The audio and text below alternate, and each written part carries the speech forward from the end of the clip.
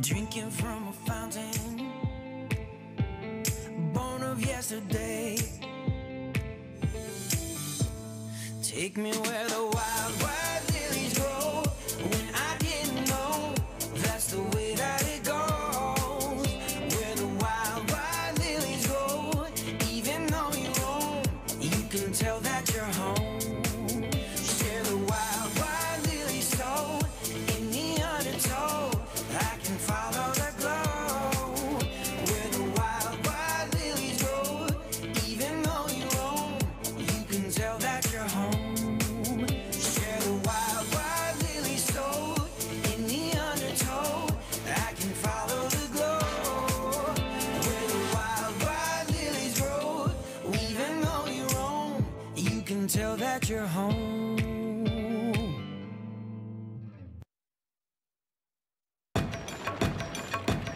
I'm going in.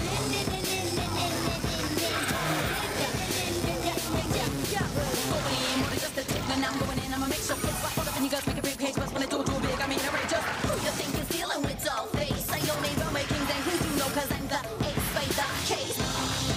That's right, I said I'm going in. While you out running errands, I'm running this game, I'm in that top spot. Natural born winner, work hard, play harder. Come and get it if you wanna, but yo, you better know I'm going in.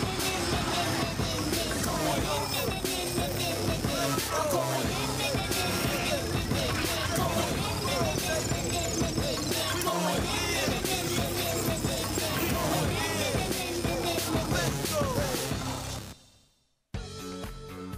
Yeah, we're back in Shanghai, but the spectacle known as Rogue Warriors taking on V5. I bet you love when we change locations, change cities, because we're changing the aspect of the league. With Rogue Warriors and Snake looking down at his phone there, wearing off-branding t-shirt, no doubt. We'll see how it goes here for Rogue Warriors today. Already in their dressing rooms, already set on up. Watching a VOD as well. Lissandra Dragon and JDG. I guess they wanted to see what happened in the last series with Snake accompanying them as well. And we look at V5, who have not had the most successful run as of recently.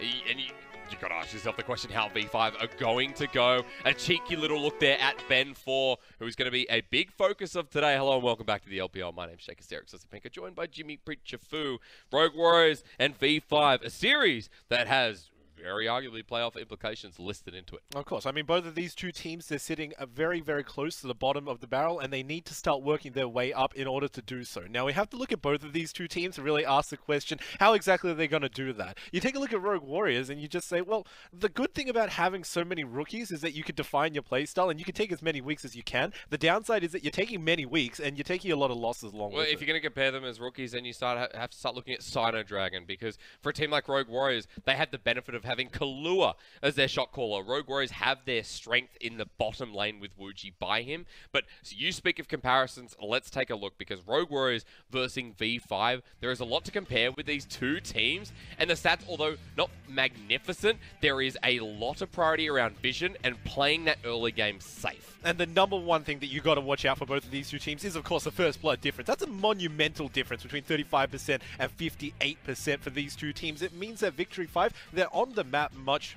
sooner than Rogue Warriors, and Rogue Warriors are much more passive. Even though they're known to play through the bottom lane, that takes a lot of time to ramp up. And also their control ward per mission, just coming back to the vision stack quickly, is a high priority here. Some of the highest in the league, or 6th and 5th, I believe. And Victory 5, you know, the higher priority there, especially when you have a team of veterans. There's no excuse not to be using that vision. Yeah, because it's not necessarily something that they practice, it's coming out of their junglers specifically. They know where they need to get vision, especially if they're going cross-map to make plays on the other side. They need to make sure that their laners, like let's just say if they're going top, they need to make sure that their laners in the bottom lane do not fall prey to these ganks, because if you do, especially against Rogue Warriors, that could set you up for a bit of trouble. Exactly right. V5, their jungler, is prone to making these ganks both top, bottom. He's quite versatile. Of course, we're talking about Ben 4, and you would have seen recently that Pepper came in as the kind of game 3, you know, either martyr or, you know, just the cross-mogenation, some people would call it, of these junglers.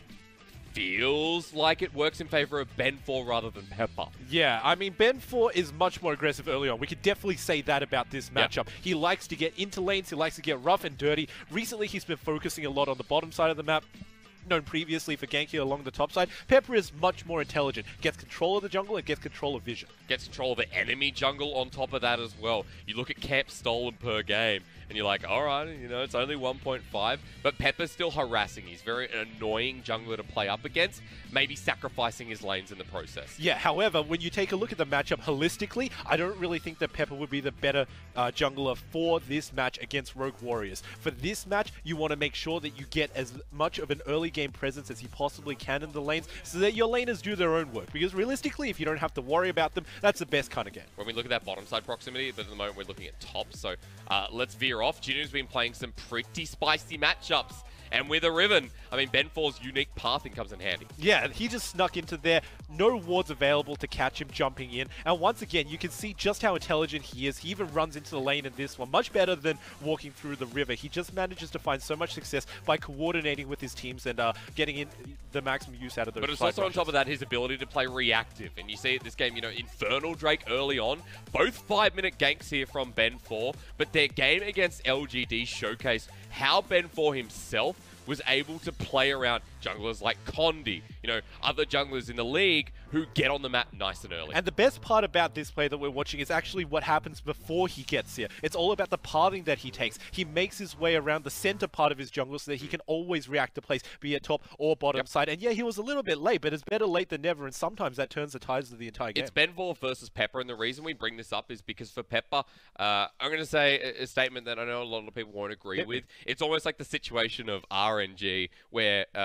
you want to change the style up of between Caster and MLXG. You know, game 3, game 5, you bring in MLXG, but it's not that veteran lineup that has worked within, you know, Caster and the environment of MLXG. It's an environment where they're still trying to test which jungler works better. And that comes back to our point that Ben 4 more consistent, helpful of the laners. And running into this series back in Shanghai, there's going to be no question that Ben 4, of course, is starting in game 1. And sometimes those numbers are just what you need. If you can give your laners some gold, if you can make sure that they're self-sufficient, even in a 3v2 against the enemy jungler, then that's the position you want to take. And right now, Pepper, in comparison, he's living up to his name because he is quite honestly just an accessory. Now, that may have worked in 9.2, but we go into 9.4, and the counterpoint to this is, Preacher, that in 9.4 we lose champions like the Urgot, there's no Akali, there's no Aatrox as well. Ben 4 and Korn, Aatrox, Urgot, the works, and we'll see how this V5 roster works out, because we still have Jinoo in the top lane. Ben 4 will be starting, of course, Kron, or also known as Korn, by the way. Y4 and Lei instead of Road this time around. Yeah, I mean, that was a bit corny to say hysterics, but we're going up against their enemies in Rogue Warriors. ZhaoYun in the top lane, Xuzhu in the jungle, HuaTian in mid lane, ZWuji in ADC, and Killua, veteran support. That's exactly right. Killua has the most experience on this lineup.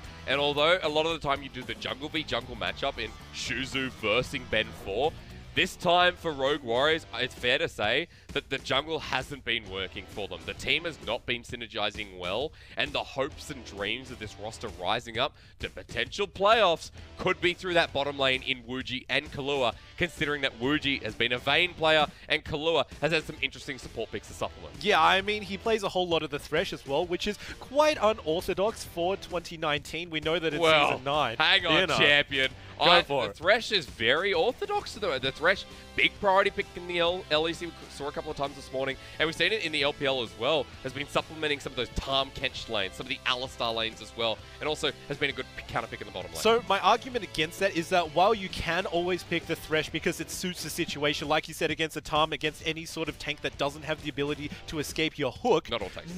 But like not all teams have prioritized it, and certainly no teams that get bans away from them because of the Tahm Kench. And believe it or not, but this is one of those teams that actually draws that ban away. Yeah, whatever champion's good against, we'll still expect to see the Thresh in this series at the very least. Going up against Lei, when we consider that it is Killua. Lei has been performing pretty well on V5, but we can't take out of our minds the fact that V5 has been suffering in some of these matchups. That V5 struggled against Vici Gaming in a best of 3. You know, sentiment to Vici, of course. But V5, you know, you've got Korn. You know, you got World's Korn. Everyone knows who Korn is. You have Jinoo, who's been playing Riven non-stop. Ben 4, who loves Gragas. each person in V5 has their own identity, but the identity as a team just doesn't come together like it does individually. Yeah, and I really want to touch on that point because while this team is really good at playing 1-4, sometimes when you force them into a straight 5v5 team fight, it doesn't really look like it works out. Jinoo is off on the side lane playing that Riven like you mentioned, and now with the new Conqueror intact, he's more likely to do so than ever before. So I really worry about this team if Rogue Warriors just wants to straight 5-man them. I'm curious why you bring up the Conqueror as well. The changes within the champion pool in the realms of this series could be very impactful. I mentioned before that Korn has been a big Urgot player. You will not see Urgot on the Rift. I apologize saying that the LPL was exactly the same in the first series. It is actually quite different. Although we saw similar compositions, you see the Rek'Sai banned away on the red side as we jump into game one. Let's see if it's the same, because Rogue Warriors and Stake will be taking them to the red side. And you already get Jinoo's Riven banned. You already get the Zoe banned away as well. I still see a Rek'Sai open and available if Rogue Warriors don't ban it here. And another huge question is, was it an anomaly in the first set, or does every single team on 9.4 no longer prioritize ADCs? If both of the other two, they went all the way down to second pick, and now with V5 and Rogue Warriors, they could potentially unless it is something like the Kai'Sa, which we have seen in the first rotation on this red side. Lissandra as a first pick is surprising here, but it makes perfect sense with what V5 have done in the past. Set themselves up for the side waves, mid to late game fights that rely on something as impactful as a Lissandra. You don't have the Urgot, so this fits into the same realm. Yeah, and that's pretty much the best case scenario for V5, because Korn has been known to play the likes of the Galio as well, obviously taken off. Urgot no longer viable on 9.4, so his next biggest played champion is Lissandra. There aren't a whole lot of counters available now that Zoe is all off the board. Okay, Irelia in 9.4. Now, I was having a discussion with myself the other day. And how did that go? I was very interesting, actually. You know, I said a lot of dumb things, but then I counteracted myself, and it was great. The Irelia, still fun to see. With new Conquerors, it's like, hey, have a bit of extra damage. This just suits your champion so much. So, excited to see HuaTian on the Irelia, considering that his Syndra has been something to be contested. V5 just situating over to the bottom lane now, Preacher in that first phase, and the Kalista comes through for the first time tonight. Oh, that is beautiful. The fact that it's not banned away, we will finally see that in action. I still expect the Blade of the Ruined King. That's had a lot of good success, even though Infinity Edge has been reworked. I want to just talk about what Rogue Warriors want to do right now, because... Oh boy! Yeah, sorry, Preacher, finish your point. What do they want to do with this? Oh, what do they want to do with that? They want to go straight in. And I was talking about V5. The one way that they could get defeated by Rogue Warriors is if they just straight 5-man. And oh my god.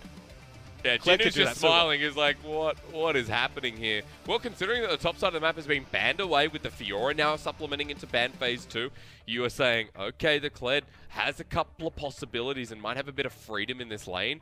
Remembering that, yes, even though it should be Irelia mid, it doesn't mean that HuaTian does not play Kled mid. I mean, realistically, they can be exchanged. I still expect the Irelia to be in the mid lane, just because if you put her there, then it provides a whole lot more ganking potential if she chooses to go into either top side or bottom side. TP Kled really does favor him if he wants to charge bot and then TP back to defend his own turret. So I really want to see what these two teams round their compositions out with, especially seeing as Rogue Warriors can now pick a support to not get countered. Because they've just solidified the top lane by banning Jax, banning Fiora with Spirit Shojin. We know how important that is going to be. Talked a lot about the Thresh in the pre-game and how this could be a potential pickup for Killua, and it looks like it is solidified there as a standard for Rogue Warriors. Yep, pick after pick is exactly what they're looking for. If there's a hook that lands, then all of a sudden you will see a Kled charge onto that target. So that is really the crux of the Rogue Warriors team composition. I'm already looking forward to seeing them play, especially considering that V5, I mean...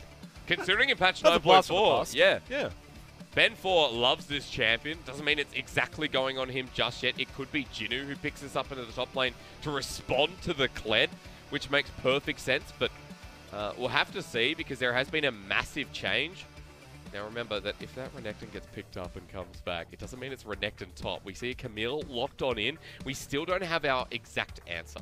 It might well be an Aatrox in the top lane. Look, I was actually looking very forward to seeing a Renekton in the top lane, especially with Spirit Shojin, but... Man, I'm surprised it got this far in the pick and ban. I'm surprised Rek'Sai is last pick in 9.4. This champion is bonkers, and he made it all the way through on red side. Yeah, look, it's not quite a free win, but yeah, Rek'Sai is very high up there with the amount of buffs that she got. A free win over and yeah, look, if that Rek'Sai can get a hold of the jungle very early on, because the best thing that Ben4 can realistically do on this champion is to just try and run around, then all of a sudden, Xuzhu can make his impact back on the map by simply denying away the Aatrox. If you spot him out, you tell your laners he's going for a gank, just back off.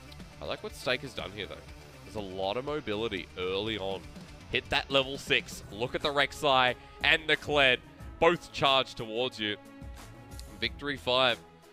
Let's talk about the importance of this matchup. Because against Rogue Warriors, and we'll digest into the compositions as we load into Summoner's Rift for Game 1, but both of these teams are on the outskirts of playoffs. They're not sitting in comfortable positions. No. Victory 5 have taken some pretty devastating losses, to be quite honest. And you're asking yourself, what are Victory 5 going to do to bring themselves back into playoff contention? The team with Korn, the team with Ben4, who's been looking phenomenal. And I know I bring him up second, above players like Y4, like Lei, who've also been performing, but Ben4 has been exceptional. So to bring themselves back in, this feels like a must-win for V5. Ben4 is such a talented player, you think he can pull it off, but individually they're great. How do V5 stack up when a team like Rogue Warriors maybe individually are great as well, but just on the cusp of being as good as V5? They need to just work together and make sure that if there is a team fight available, then they can communicate and make sure that they layer the CC down to protect their backline, because we've seen it time and time again. They can do the 1-4, but if there's a straight 5v5, well, there's not even 5 members of their team usually to fight, and that is where they fall down.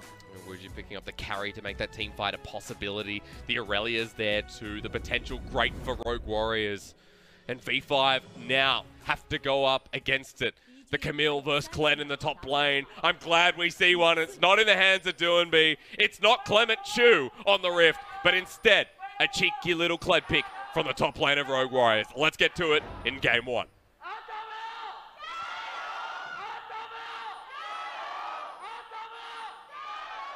Well, they certainly have fans hysterics, and why wouldn't they? They've got such a great performance last year, and now they're trying to replicate it with all of their rookies. Shanghai, the crowd is so rowdy. Thinking it, cheeking my way in there tomorrow for TOB on FPX. Wouldn't mind it. Yeah. Would be one of the more exciting series.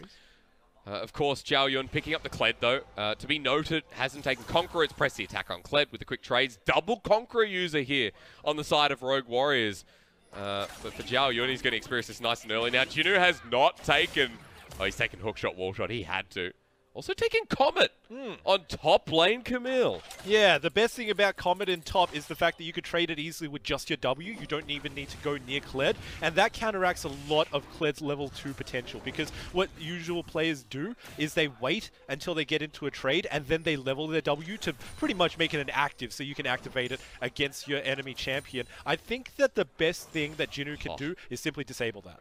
Yeah, we're looking at the bottom lane, though, because Ben4 going to be spotted out by a ward. Rogue Warriors have done their homework. Ben4 with very early bottom side pressure on this Aatrox. We'll just walk past a couple of more after picking up the Scuttle Crab. Yeah, and even though this isn't Season 7, we should expect to see a lot of vertical jungling as well, because this is going to be a simple trade-off if Ben4 decides to stay there. But the fact that he goes back towards his own jungle while Xuzhu knows that he's there means that this could be a very uneven split. I mean, this is not going to be spotted as well. Xuzhu's walking towards the mid lane, but Scuttle for Scuttle as Ben4 to contest this.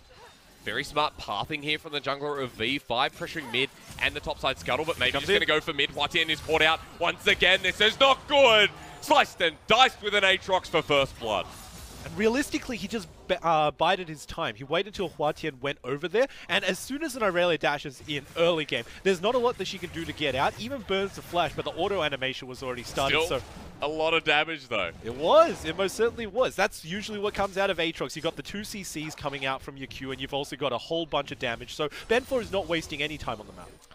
Surprised, even after the nerfs, Aatrox still, ladies and gentlemen, still looks alright. We'll see what the 1v1 looks like here with Conqueror, first in effect in the LPL English, but Xuzhu doesn't give enough time if English works correctly. Ben4 going to be flawless duetted from the side. A Praise Seeker just to add a bit more fury to Xuzhu's list. But that'll just force him all the way out back to his own jungle. Small lead here for the Aatrox on B5. Yeah, and this works out so well for the jungle. If we take a look at this again, there is no vision. Ben4 skirts around the minion wave just before the cannon can potentially catch him, and that allows him to even dodge out the Rek'Sai, who was doing the Scuttle Crab right above. Look how many autos HuaTian took as well. Took about a quarter of his health just off corrupting potion trades that early on from Khorne. Khorne will get a really good laning phase from this as well. Already going to find himself up about 7 CS. Nobody saw 8 that. rather than HuaTian as a level advantage as well. Xuzhu just still in his own jungle trying to get onto the map. The CS advantage is to him, but no kill means that Ben4 in that next back is going to be finding himself with Skirmish to Saber nice and early. But of course, if you haven't tuned into the LPL before, it's very common over here. We see Hail of Blades Kalista, which I think the rest of the world is... I'm just talking up the LPL as I always do, but very common. Descaled there in the top lane, but Kalista sticking to trends. Yeah, look, the best thing about the Kalista with the Hail Blades is that you can get the early damage off and then you can use your Rend when you're trying to disengage from the enemy. It's really effective into early game champions that don't do too well in the early game, like, for instance, the Kaiser. Oh, boy. Jinoo! Oh, no! Jinoo! ZhaoYun can't remount! Solo kill from V5's top laner. That's what I'm talking about. And usually it's so dangerous to dive a Kled because he usually gets the skull back, but Jinoo knew his limits, knows that there's no shotgun available to get that quick energy back, and that he just kills Jinoo before he can get Comet Camille, just 1v1 ZhaoYun. I mean, that is slow and lengthy trading from the Camille that's working out. And I believe we saw the the patch notes there, which of course doesn't stun up the minion wave anymore as we saw in 9.2. A lot of changes, but watch how this progressed. Yeah, that's about 25%. You're watching his bar. He just can't even get an auto off onto Jinoo, so you can't charge it up at all. That's super rough, and now with no topside priority, Ben4 could just come here for free, could test his scuttle. Of course, ZhaoYun did teleport back to lane, so excuse me. We'll see where the Camille is in relation. Just have to watch to see what exactly Jinoo does in this matchup, because as soon as the minion wave gets pushed up, you know for certain that Kled's going to try and roam, make plays even before his ultimate is available. Here's the gank. I mean, they can turn right onto Khorne, but remember he has, where's a Frozen Tomb? Doesn't have enough mana, or rather use it on Xuzhu. Ben4 flashes in again, dunks. Who said Aatrox was weak? Oh, Jinoo! And Jinoo with Comet, the Hextech Golden enemy, uppercuts HuaTian. V5 across this early game are doing it again. And the lockdown is so insane. It was a 2v1 against Khorne because Ben4 didn't even join within time, but Khorne still managed to lock down with his ultimate, get away, and then when Ben4 and Jinoo joined with the TP as well, they just managed to lock it all down. 2 kills in the top lane, 2 kills in jungle, a CS lead in mid, and bottom lane is stale, which works in favor of Y4 and Lei, considering that ZWuji, yes, he will scale, but at the moment, it's fine. This is what V5 need. 10,000, now 11,000 gold. They're 2,000 ahead of Rogue Warriors at 6 minutes in the game. And although we said Aatrox was nerfed, Ben4 looking pretty stellar on it. I mean, he's looking so comfortable, Hysterics, because this is exactly what he wants to play. He wants to play Aatrox, even though he's not in the best of states, and he also wants to play around the top side of the map. Ganked top, ganked mid as well, made sure that both of those two solo laners on his team got very far ahead, and now, realistically, he could just keep tabs on bottom lane, not necessarily go there, to make sure that it doesn't get put behind. Ben4 very good at predicting the pathing here from Xuzhu as well. He's had his number the whole game long, and even denied a couple Scuttle Crabs away as well. Level 5 here on the Aatrox almost has that ultimate available. And we'll see what happens next, because for Xuzhu, as soon as he hits his ult, well, then you expect, all right, Khorne doesn't have his ultimate for about 20 or so seconds. Where can I gank next? Is the bottom lane open? There's no vision, but V5 again have priority with the shoving lanes. Yeah, I mean, that's the biggest question. I want to see how Xuzhu gets onto the map. I still want to see the Conqueror used to full effect on the Rek'Sai that we're yet to see, simply because he used it against a Lissandra who had Aftershock. But if he manages to put down the damage, I would suspect that they're in a very good position. This is very dangerous for V5, but there is no vision here. Yeah, Xuzhu's not down here either. Ben4 might not be level 6, but ZWuji's playing it very, very safe without his support. That's an inkling. Is 6, though. Fate's Call is all it's going to take here from the bottom lane. Ben4 backs away with the support. And HuaTian going to spot them out with a ward as they rotate back mid. Yeah, because you can use some sort of power deduction to know roughly where Ben4 is. You know that he's not on the top side because you usually can't spot him out with the tremor sensors. So obviously he should either be in his own jungle or in the bottom side. Playing safe means he doesn't give anything over. Also a Mountain Drake, you know V5 are going to make this their priority at some point or another, especially with this early gold lead. They'll pick it up, reset, look for something more favorable for this composition, especially with the lead they're at the moment. Let's get a Cloud Wind. Earth, Wind, and Fire. What is it? It is an Infernal. You'll take that any day of the week, and Ben 4 was able to hit level 6 off it too. And more importantly, getting a Mountain so early on before his 14 minutes, you can get so much. Although in the top lane, they are setting up for this turret push. I think that Jinoo is a bit smarter, so he doesn't actually fall for the trap. I mean, at the moment, he knows that the Kled is still up there, and he's going, where is Kled? He has the push. He has the CS advantage. Why is he not in lane? No. But Jinoo may be getting a bit too cocky as the 1v1 turns into 2v1 fast. Teleport's there. Hextech automated onto Xuzhu. Let's see the Conquerors in action. We finally do with the burn. Ulti's there. He claws his way through him. Rek'Sai's a dirty monster. And very well timed coming out from Xuzhu, because even though he gets locked down by the Hextech ultimatum, his ultimate takes a little bit of time to charge up, which means that it expires and that he can jump onto Jinoo. Pretty interesting story for Jinoo to tell in the top lane. The Rek'Sai comes out. They now know where he is. As he picks up Scuttle on the top side, goes back to his own jungle. Now there's a bigger threat here from Rogue Warriors. Now the gold has closed quite a lot, as Ben 4 will have to make the same response, but it doesn't look like it'll be topside. 30 CS lead there to Kled. I mean, it's still early days, Hysterics. There's only 1k difference, and even though there's a 3-kill advantage over to V5, there's a lot of opportunity for Rogue Warriors to still come back and outplay, especially with Xuzhu doing so well in the top lane. I just want to see him do more lane games, because he does very well with those, and realistically, if he knows for certain that Ben 4's on the other side of the map, should be free for him. But it makes perfect sense that the game has slowed down to a partial point. At 10 minutes in the game, 5 kills, everyone else saying, that's not slow, but really so far it is. Both these teams have limited opponent kills at 15. Now that was an accumulative, you saw the stat before, but what it means is that both of these teams at 15 minutes will have played safe and around their vision, which you can see they're doing now after getting a lead. Ben 4, very consistent in the LGD series of picking up a double kill, moving around the bottom lane or the top lane, setting up the laners, and then going back to farming as he's doing now. Yeah, it's just a little bit more time before both of these two teams come online. Not too weird, because of course both of these two teams don't want to face each other very early on. Did it work? No, can you see him? No. Surely not. I mean, they can. Over that wall? Yeah, look, he had the right idea. I'm pretty sure that's blind. I think we saw HuaTian. Now it is blind, though. They know they've pulled it out. At the very least. I'm not even sure. But what else to expect from Ben 4 at this point? What a ripper. Yeah. I mean, he definitely did that very creatively. He knew for certain that he could drag it out. Killua cannot contest for this, although there are 3 people over on the top side, and HuaTian is being beaten by Korn, but can still rotate up. Smart stuff from Ben 4. This Herald's going to come out now. Xuzhu knows he's here, but Killua can't get anywhere near either. This is a 3v3 with Lei knocking up ZhaoYun. The knockup's there again. Lei looking for the stop as Ben 4 comes in once again. Kled is demounted. Skull has run off into the fog. Now with the Riftel charging up in Korn here as well. Rogue Warriors might just have to leave this, but there's still good wave clear on the side of RW. V5 are going to try again. Yeah, it was just a plate gank to make sure that they can get some gold, but now that HuaTian is here, this could be very dynamic. It's going to be a 5-man very soon in the top lane, but there is a TP for Jinoo. Yeah. Turret plating might go down. Let's have a look at the actual fight if it happens, but not this time. Still that 2k gold lead eludes Rogue Warriors as Jinoo's moved to the bottom side. Teleport going to be chattled here as well. ZhaoYun using that summoner just to get to the wave. And Jinoo, a big threat in this side lane, even though he's behind in CS, even though the kill threat is over to ZhaoYun. And that's a huge worry, because he used it in the fear that Jinoo would reach bot way before him, get spotted out. But in the top lane, they're trying to go for this first break. Yeah, it's interesting to see that Jinoo still holding off the Kled means that this top lane can be pushed out, and we saw the teleport. That gives the advantage over to B5. Jinoo has his, Rogue Warriors know that ZhaoYun doesn't, so Xuzhu's trying to play around this. Yeah, I mean, it's almost always a bad idea.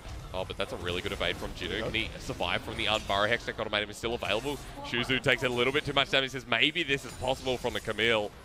And Korn's coming down here as well. The turret is a trade-off.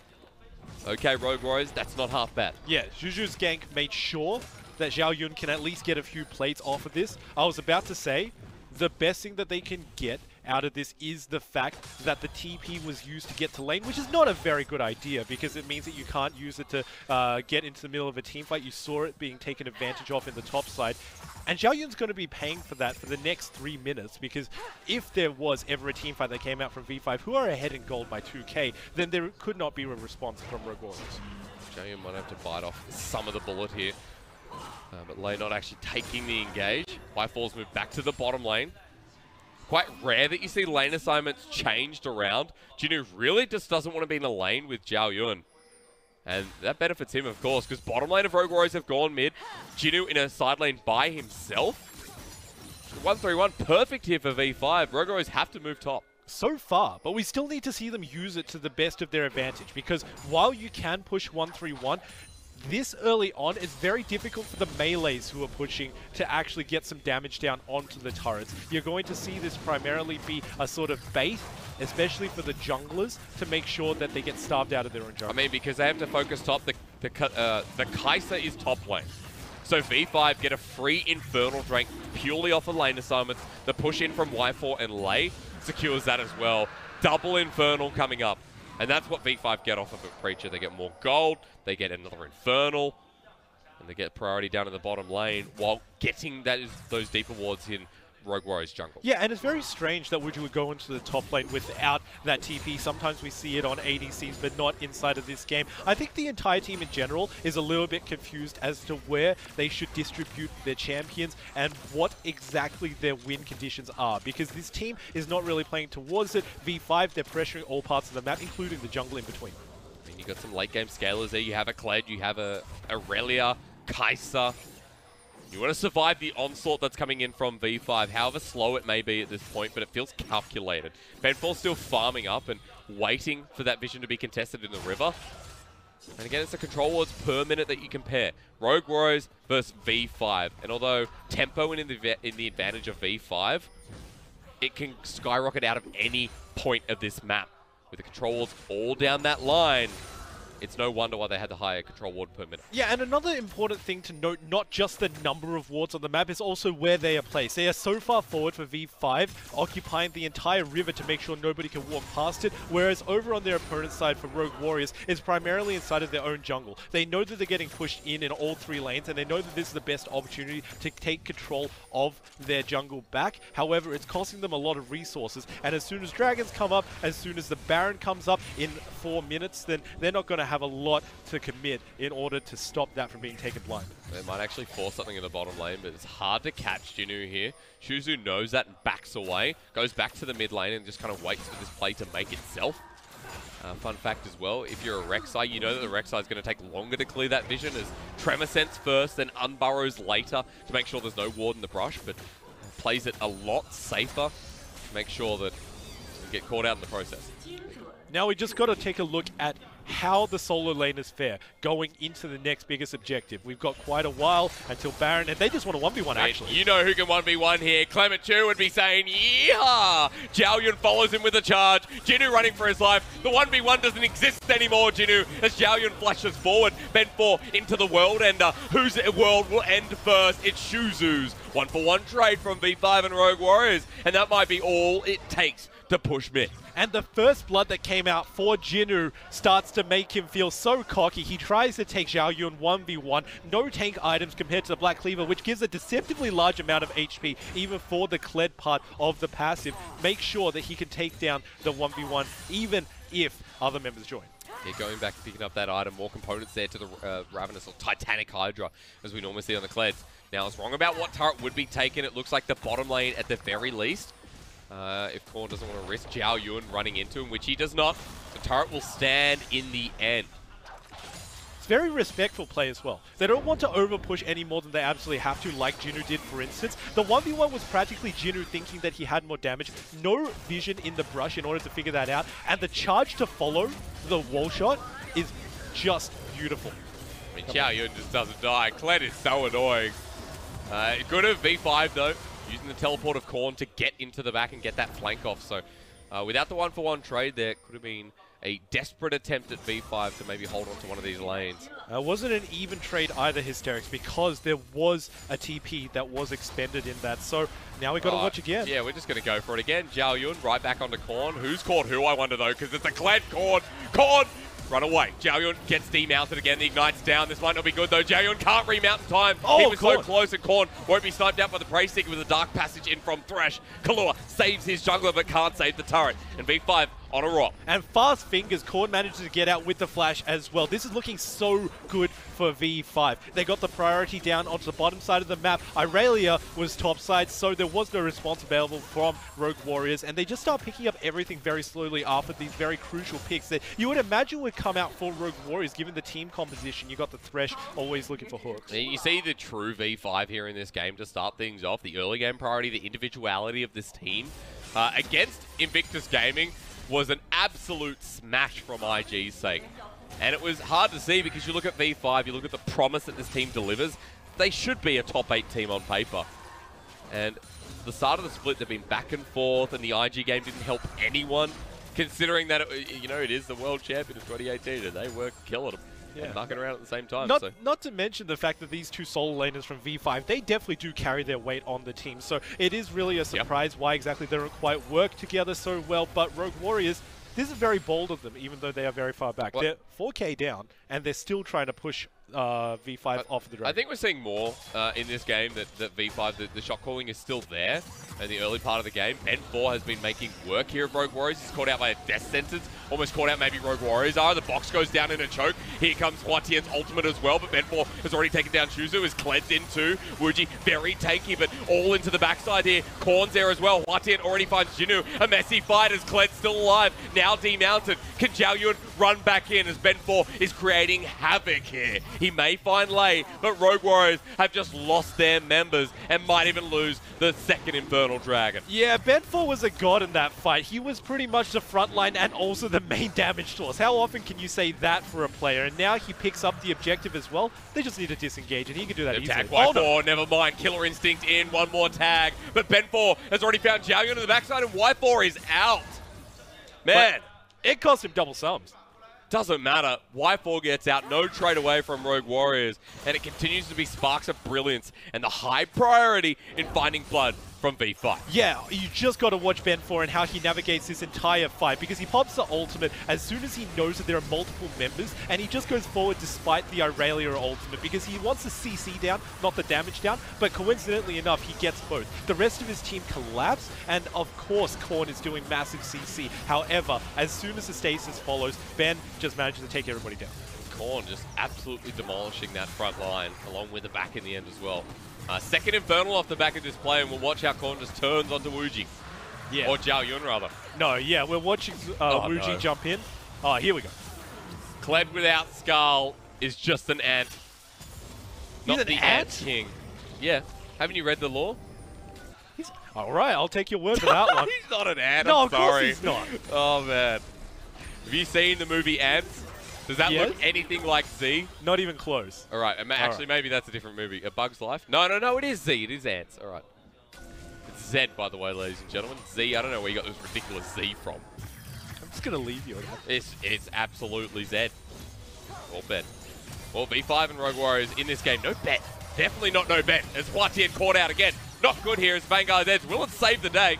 Not quite. Ben4, 7 kills now on Aatrox, and V5 continue to skyrocket in this game with a beautiful 6,000 gold lead. Yeah, and he's just doing so much work with the Demolish as well. He manages to get into lanes, even though he hasn't built that much tank. Take a look at his items. The only HP that he's got is the Black Cleaver, but he's still making it work. And I think that was pretty much just HuaTian running into that team, being a little bit cocky, thinking that the turret could do more damage than it actually does, and Ben4 just locking it back down. Curious about this matchup now. Let's show us Jinoo. I mean, you have Comet. You worked your way through the laning phase, of course. The desire here with this pickup in runes, but I believe it's precision second on the Camille, so shouldn't have any troubles in these quick phases, but never mind, the charge might change all that. The flash away from Jinoo. ZhaoYun is going to get bombarded by Korn here. ZhaoYun will be locked down by Korn here, and ZhaoYun, can he remount? So close again. ZhaoYun so close, but so far is the tail of the Kled top. Yeah, but one thing that we know for certain, even though he got taken down, we can pretty much convincingly say that ZhaoYun wins the 1v1 against Jinoo, so Jinoo does need to still watch out for that. I mean, the only way that Jinoo can realistically beat him is if he builds slightly tanky, and Ninja Tabi isn't going to cut it, because right now ZhaoYun, especially with the Kled remount mechanic, can just win pretty much every 1v1, even though he is in his condition. On that note, ZhaoYun has picked up his second item in the Titanic Hydra as well, so although Rogue Warriors are falling behind and fast as Jinoo picks up this inner turret in the bottom lane, Rogue Warriors still definitely have their capabilities to come back into this game. Ben 4 could be one of them, but Wuji's not willing to commit with this jungle either. Yeah, so we just need to watch what exactly Ben 4 does with this massive lead. He's 7-0-2 for reference. I mean, he's done a lot with the lead so far. I'm pretty happy with that early game Aatrox. So far. However, Baron is up right now, and this is the perfect time for him to show off how many people he can CC with his Q1 and Q2. If he manages to get enough members of Rogue Warriors, this game could be over sooner than we expected. Yeah, early Baron's the name of the LPL here tonight. First time seeing the Rek'Sai though, and on the notes of early game, Xuzhu hasn't really been involved too much, but I guess with Rogue Warriors, when you start doing the analysis, when you start breaking them down as a unit, you say, all right, the jungle here of Rogue Warriors seems to be a bit of an issue. You look at 24 minutes and you look at his priority towards vision and how he can get around the map with the tremor sense. Hasn't really been there when you compare him against an Aatrox, and that is saying something. Vision continues to scuttle up towards the top side, and they got very shallow vision on that note from Rogue Warriors. We'll see how that can be expended and move towards the Baron, because at the moment that objective completely blind as ZhaoYun starts moving up towards that objective after picking up that turret and a bit of gold for his back pocket. Yeah, and the best thing that you could do with your Tremor Sense, if you are behind like Rogue Warriors are, is to use it to spot out ganks and to make sure that you do not get picked out by the enemy team, especially if a Baron is what you're keeping your eyes on. But if they want to use it aggressively like right now... if you don't move, Preacher, there is no Tremor Sense. It's V5 are in that top rush as well. It's Velociraptor. It's from Jurassic Park. If you don't move, they can't see you. Well, the difference is he gets one. Now Lay's there, waiting for Korn and Ben 4. This is perfect. They'll never expect the double ruse, but in the bottom lane, they've already found Jinoo. Now, Jinoo is going to die here no matter what. ZhaoYun may get demounted, but not going to matter too much. Wuji picks up the kill. Now with confidence does he walk forward? Well, no, because Korn has moved. Glacial Path is there. Korn looking to threaten. So in the end, it turns out being a good pick for Rogue Warriors. It most certainly does. And also, Teleport is coming up very soon for ZhaoYun, so he can continue to go back into the bottom lane. Take a look at how far up it is for V5. If Jinoo wants to go up there again, there's not a lot of support that he can get from his own team. So it's a very dangerous situation. He wants to be splitting, but he can't. It's rough right now, especially if you are a Camille who has 2 items, but you're versing a Kled who has the exact same 2 items. Maybe that impacts the bottom lane Dragon, Mountain, being started up.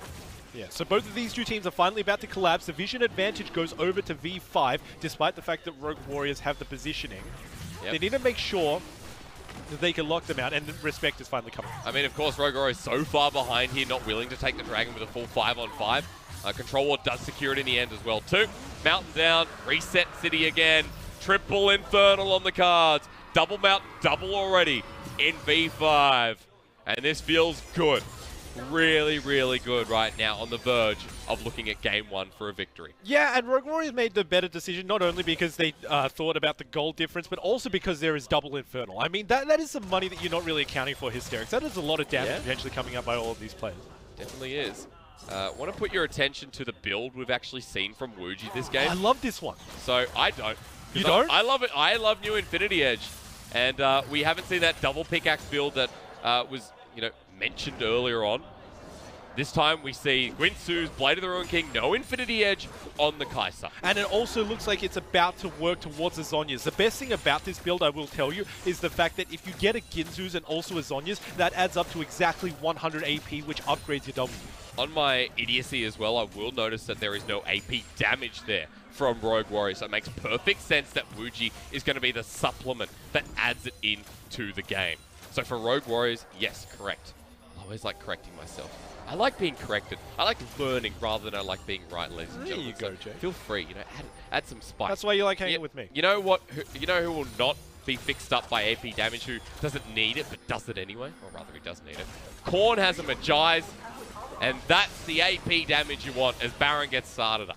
Yeah, I mean, if you have a stopwatch and if you have your self-ulti, then why exactly do you not want to get a Magize? Because you might die anyway, Preacher. How? How do you die with all of that up? It's a very tough order. I mean, because people die. You gotta remember, people do die. That's a cheeky positioning there from Korn. just stands back there. Was spotted in the end, but this time Baron started up again. Yeah, they're just relying on Lei right over here. I think he can run a lot of interference, but he needs to watch his HP. I mean, Lei flashes, box out Xuzhu. Really good positioning here. Now can they turn the fight because V5 still over the pit. Xuzhu ults in, but it's the wrong target. They get the wombo perfect. ZhaoYun left alive. HuaTian has spears in him. And unfortunately, Rogue Warriors got outplayed massively. Korn was the hero that V5 needed, even though Lei was doing really good work over on the side, trying to disengage the situation. Oh, HuaTian does not survive from this. Hextech ultimatum, smacked down again. Full ace here for V5. And they're just going to look to at least end the game or look for an inhibitor. Yeah, look, they were just playing out of their minds in that last Baron fight. The side of Rogue Warriors couldn't even get over the wall. Combined between Lei and Korn, they were trapped there, and afterwards, because the trap was still existing, V5 just go over and demolish all of them. I'm not sure what happened there. The GA popped. Hello? How? It must have been a W from ZWuji. No, the minion wave? What? I hope we get a replay of that. Alright, but we got to get a replay of this one first. While Lei is doing all of the work, Korn comes over just to assist him, and the Baron gets taken down before either of these two champions. Also, you throw him out and you drag the Rek'Sai over the map, and it's a 4v5 before anything even starts. Your damage dealers are still healthy. Their ones are all out of the game. I want the public's opinion. I feel that is the best team fight I have seen from V5 this split. And there's not a lot of things that you could do as an ADC to really help the positioning of your team, although Kalista is definitely one of those champions with a game-changing ultimate. Dragging Lei back in order to drag Xuzhu back with him, that was beautiful. The chain of CC as well. I think we're going to have a look at the bottom left-hand corner of what actually happened to Ben 4 eventually. It's a very long kill, can I see? Yeah, alright, so he's on like no HP. Never mind. Never mind. Rightio. I swear it was a Kaiser double. Yeah, maybe. Maybe it was. Very well aimed one at that. But even the GA being taken down doesn't mean too much here. Jinoo's back in the side lane, and GA now on the top laner of V5. Turret's going down, charges coming in as well. Rogue Warriors moving very, very fast. It's deja vu again, and Rogue Warriors, this time the fight looks much better as the Fates Call gets a knock-up. Ben4 free firing in the backside as well, and Korn just doesn't die. ZWuji has to go golden, but I think this is all over. ZWuji eventually drops. Korn picks up the triple kill. Let's get the pentakill. Jinoo, stop it. Let Korn get there, but not in time. He'll take the double for himself. Thumbs up. And V5 will just head towards that Nexus in firm style. Better team fighting, better macro, better V5 all round in game one. Absolutely demolishing the enemies. You got to give huge props over where it's due. Ben 4, we were questioning, is he better? Is Pepper better? That early game definitely defined the entire team's playstyle. He ganked everywhere, made sure that none of his laners fell behind, and he even kept a little gold for himself to make sure that he was sitting comfortable. I mean, if there was a game to define how Ben 4 plays this early game, how Ben 4 can out-rotate his jungler and out-gank, really. There's a lot of outing for Ben 4. You can argue that, he is, one of the better junglers in the LPL who maybe on V5 hasn't been performing as well due to the whole team's performance. But it is a team effort. Ben 4 has been developing here in this split. And that early game on an Aatrox in 9.4. In 9.4. Is something to be desired. Yeah, and look, you can't necessarily say that Xuzhu just got out-jungled completely. He made really good plays in his own right. I mean, his ganks were fine. However, the sheer quantity of times that both of these two junglers entered lane, it's no comparison. Ben 4 managed to just get his entire team ahead, managed to keep some of it for himself. You can see on the damage charts, while he didn't really top it, he didn't die either. So, yeah, you got to give him praise. Xuzhu went to the top side, got ZhaoYun ahead.